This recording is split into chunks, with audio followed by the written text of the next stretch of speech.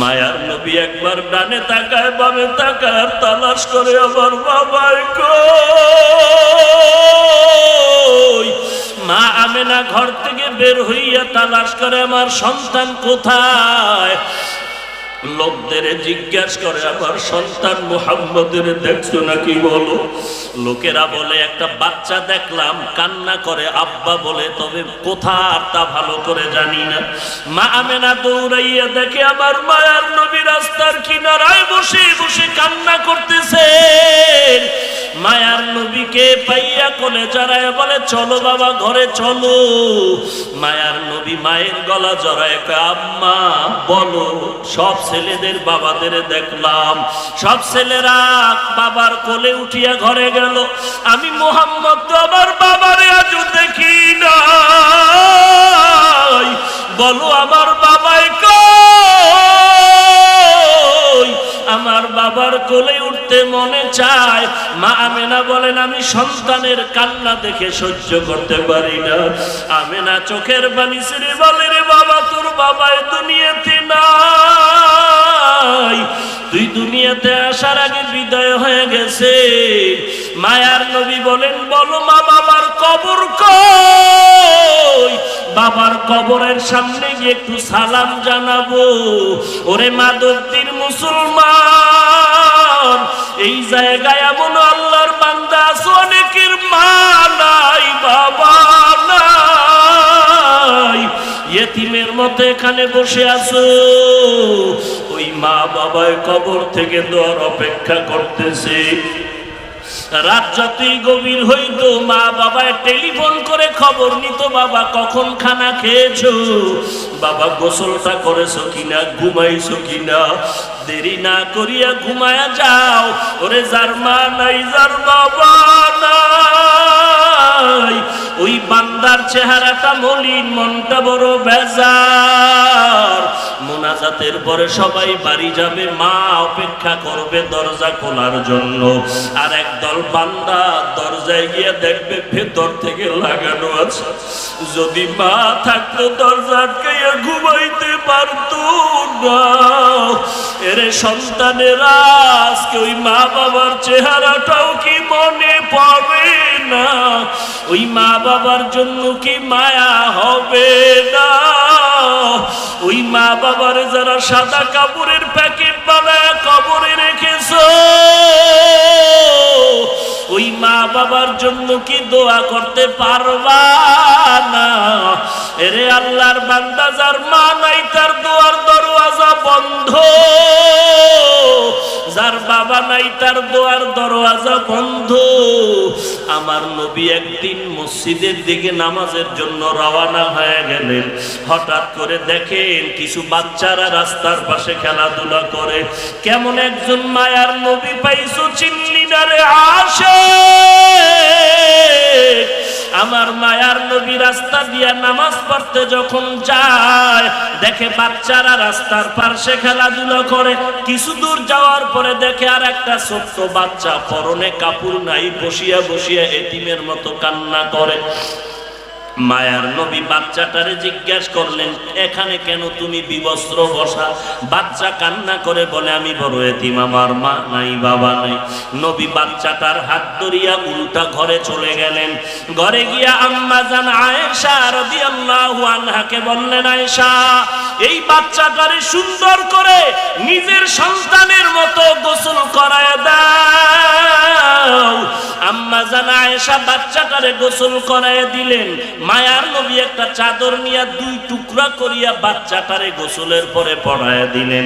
এইবার নবী বলেন চলো আমরা নামাজ আদায় করার জন্য মসজিদে যাব। সাহাবায়ে কেরাম মসজিদে ইন্তেজার হয়ে আছে।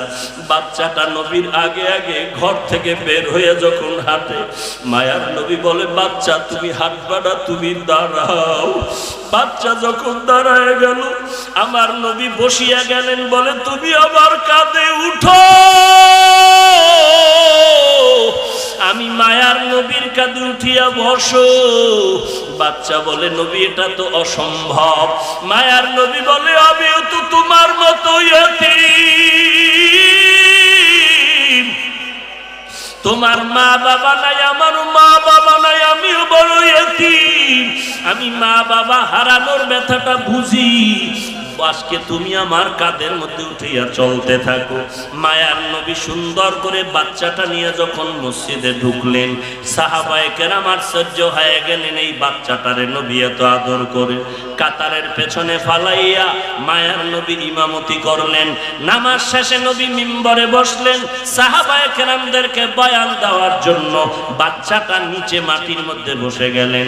আমার নবী বাচ্চাটারে ডাক দিয়ে কয়, বাবা তুমি আমার পার্শ্বে মিম্বরের ডান দিকে বসে যাও। বাচ্চাটারে মায়ার নবী ডান পার্শ্বে বসাইয়া মায়ার নবীর ডান হাত মোবারক বাচ্চার মাথার উপরে দিয়া সাহাবায়ে কেরামদের বলেন, ও সাহাবায়ে কেরাম জানো এই বাচ্চাটারে এত আদর করি কেন? এই বাচ্চাটা বড় ইতিমের মা নাই, বাবা নাই। আমি মায়ার নবীও বড় ইতিম। আমি এই বাচ্চাটারে মোহব্বত করে আদর করে গেলাম। উম্মতেরে জানায় দিও, এতিমদের যারা মোহব্বত করবে তারা আল্লাহর কাছে বড় দামি হয়ে যাবে। ও মাধবদীর এলাকার মুসলমান, আজকে ব্যবসা করেন, চাকরি করেন, টাকা পয়সার অভাব নাই, একটা কাপড় লাগে না, সেখানে 10 সেট কাপড় লাগে। আপনার সন্তানের কাপড়ের অভাব নাই, খানার অভাব নাই। অথচ কত এতিম সন্তান, কত গরিব সন্তানেরা লেখাপড়া করতেছে, একটা জামা কিনার টাকা নাই, কিতাব কিনারও টাকা নাই। এই লকডাউনের ভেতরে আমাদের বিশেষ করে কওমি মাদ্রাসাগুলো এত কষ্ট, খানা নাই, ওস্তাদদের বেতন বন্ধ। এই ছাত্রগুলো মাদ্রাসা আসে, মা বাবা অনেক ছেলের লেখাপড়া বন্ধ করে দিয়েছে, টাকা নাই কি দিয়া পড়াবে, লেখাপড়া বন্ধ হয়ে গেল। ও মুসলমান নবীর উম্মত, টাকা নিয়ে কবরে যেতে পারবা না, বাড়ি গাড়ি পড়ে থাকবে, 3টা সাদা কাপড়ের প্যাকেট হইয়া কবরে যাওয়া লাগবে। ওই কবরে যখন সবাইকে শোয়া রাখবে, আমাকেও যেই প্রশ্ন করা হবে, আপনাকেও একই প্রশ্ন করা হবে। একই প্রশ্ন, রবের পরিচয় দাও, ধর্মের পরিচয় দাও, রাহমাতুল লিল আলামিনের পরিচয় দাও। আপনাকেও যখন প্রশ্ন করা হবে, আমাকেও করা হবে। যারা দুনিয়াতে আল্লাহর গোলামি করলো, ইসলাম মানলো, তারা জবাব দিবে রব্বি আল্লাহ, আমার রব আল্লাহ, আমার দিন ইসলাম। মুহাম্মদের দেখে বলবে ইনি হলেন আমার মায়ার সেই নবী, যেই নবীরে দা দেখিয়া টুপি পরলাম, দাড়ি রাখলাম, লম্বা জামা পরলাম। কত মানুষ টুপিওয়ালা বলে গালি দিয়েছে, টুপি ফালাই নাই। কত মানুষ দাড়িওয়ালা বলে গালি দিয়েছে, তারপরও দাড়ি ফালাই নাই। এই তো আমার সেই মায়ার নবী। কবরে গিয়া মায়ার নবীরে দেখিয়া উম্মত পাগল হয়ে যাবে। আল্লাহর অর্ডার হবে, রে ফেরেশতা এই বান্দারে আর ডিস্টার্ব করিও না, জান্নাতের বিছানা কবরে বিছাইয়া দাও, বান্দা আরামে ঘুমাবে, আর কোনো ঘুমে যেন ডিস্টার্ব না হয়। আল্লাহর আযাব বন্ধ হয়ে যাবে, জান্নাতের বিছানায় বান্দা ঘুমায়া পড়বে। পক্ষান্তরে যারা এই মুসিবতে পড়িয়াও গুনাহ ছাড়তে পারলা না রে বাবা, চোখ দুইটা বন্ধ করে একটু আমলনামার দিয়ে তাকায় দেখো, আমার ঘরের বাচ্চাটা অপরাধ করে নাই, আমার বোন, আমার মা, আমার স্ত্রী অন্যায় করে নাই, কিন্তু ঘরের বাচ্চা কেন অসুস্থ কান্না করে? একমাত্র কারণ হলো আমার গুনাহের কারণে আমার বাচ্চাগুলো কষ্ট পায়, আমার গুনাহের কারণে আমার পরিবারের লোকেরা কষ্ট পায়। এরে নবীর উম্মতের দল, আল্লাহ তওবার দাওয়াত দিলেন, যদি তওবা না করিয়া কবরে যাও, তোমাকেও 3টা প্রশ্ন করা হবে। রবের পরিচয় দাও, ধর্মের পরিচয় দাও, রাহমাতুল লিল আলামিনের পরিচয় দাও। বান্দা তো দুনিয়াতে রবের চিনতো না, আল্লাহর হুকুম মতো চলতো না, নবীর সুন্নাত মানতো না। একটাই জবাব দিবে, লা আদরি, লা আদরি, আমি কিছুই জানি না, কিছুই জানি না। তখন আল্লাহ পাক রব্বুল আলামিন বলবেন, এরে রহমতের ফেরেশতা, এরে কবরের ফেরেশতা, এই বান্দাকে আর সুযোগ দিয়া লাভ নাই। আমি আল্লাহ দুনিয়াতে তো কম সুযোগ দেই নাই। আমার দেওয়া পানি, আমার দেওয়া মাছ, আমার দেওয়া বাতাস, আমার দেওয়া সূর্যের আলো, চাঁদের আলো সব ভোগ করার পরে বান্দা আমার হুকুম মতো চলে নাই, এখন আর সময় দেওয়া হবে না। আলেম ওলামারা পায়ে ধরিয়া বলছে নামাজ পড়ো, বান্দা নামাজ পড়ে নাই। এখন আর দেরি করা যাবে না। ও জীবনে যত মজা করছে তার সাজাটা বুঝায়া দাও। জাহান্নামের একটা বিছানা কবরে বিছায়া দাও, আল্লাহর অর্ডার হয়ে যাবে। আর দেরি না, অন্ধকার কবরের সাথে জাহান্নামের একটা রাস্তা খুলে দাও। কবরের ভেতরে জাহান্নামের আগুন, আল্লাহর অর্ডার হয়ে যাবে রে কবরের মাটি। এই গুনাহগার নাফরমানের দুই পার্শ্ব থেকে জোরে চাপ দাও। কবরের মাটি এমন জোরে চাপ দেওয়া শুরু করবে, কবরের মাটির চাপে পাজরের হাড় চুরমার হয়ে যাবে। একটা নয়, দুইটা নয়, 70 থেকে 99টা সাপ কবরে চলে আসবে। ওরে আল্লাহর বান্দা, একটা সেকেন্ডের জন্য কবরের আযাব সহ্য করতে পারবি না রে মুমিন। পায়ে হাত রেখে বলি, তওবা করো রে যুবক। মা বাবারে আর কাঁদায়ও না, কষ্ট দিও না, নামাজ বাদ দিও না, আলেম ওলামাদের বিরোধিতা করিও না, দেশের বিরুদ্ধে জাতির বিরুদ্ধে ষড়যন্ত্র করিও না। আল্লাহর কাছে তওবা করো, আল্লাহ আর জীবনে নামাজ ছাড়বো না, বেপরদায় চলবো না। ও যুবক, তোমার আমার মতো যুবক ব্যবসা করে, চাকরি করে, শ্রমিকের কাজ করে, র্যাব আর্মি পুলিশ বিডিআরের চাকরি করে, ও আল্লাহর বান্দা স্কুল কলেজে পড়ে এক ওয়াক্ত নামাজও বাদ দেয় না, এমন যুবকের অভাব নাই। আল্লাহর কাছে তওবা করো। গলায় ছুরি আসবে, মরে যাব, আর নামাজ ছাড়বো না, বেপরদায় চলবো না। আল্লাহ আমাদের খাঁটি তওবা করার তৌফিক দান করেন। আল্লাহ আমাদের তওবার উপরে মজবুত হয়ে চলার তৌফিক দান করেন, আমিন। আলহামদুলিল্লাহি রাব্বিল আলামিন, ওয়াসসালাতু ওয়াসসালামু আলা সাইয়্যিদিল আমবিয়া ওয়াল মুরসালিন ওয়া আলা আলিহি ওয়া আসহাবিহি أجمعين يا أرحم الراحمين يا أرحم الراحمين يا أرحم الراحمين رب ارحمهما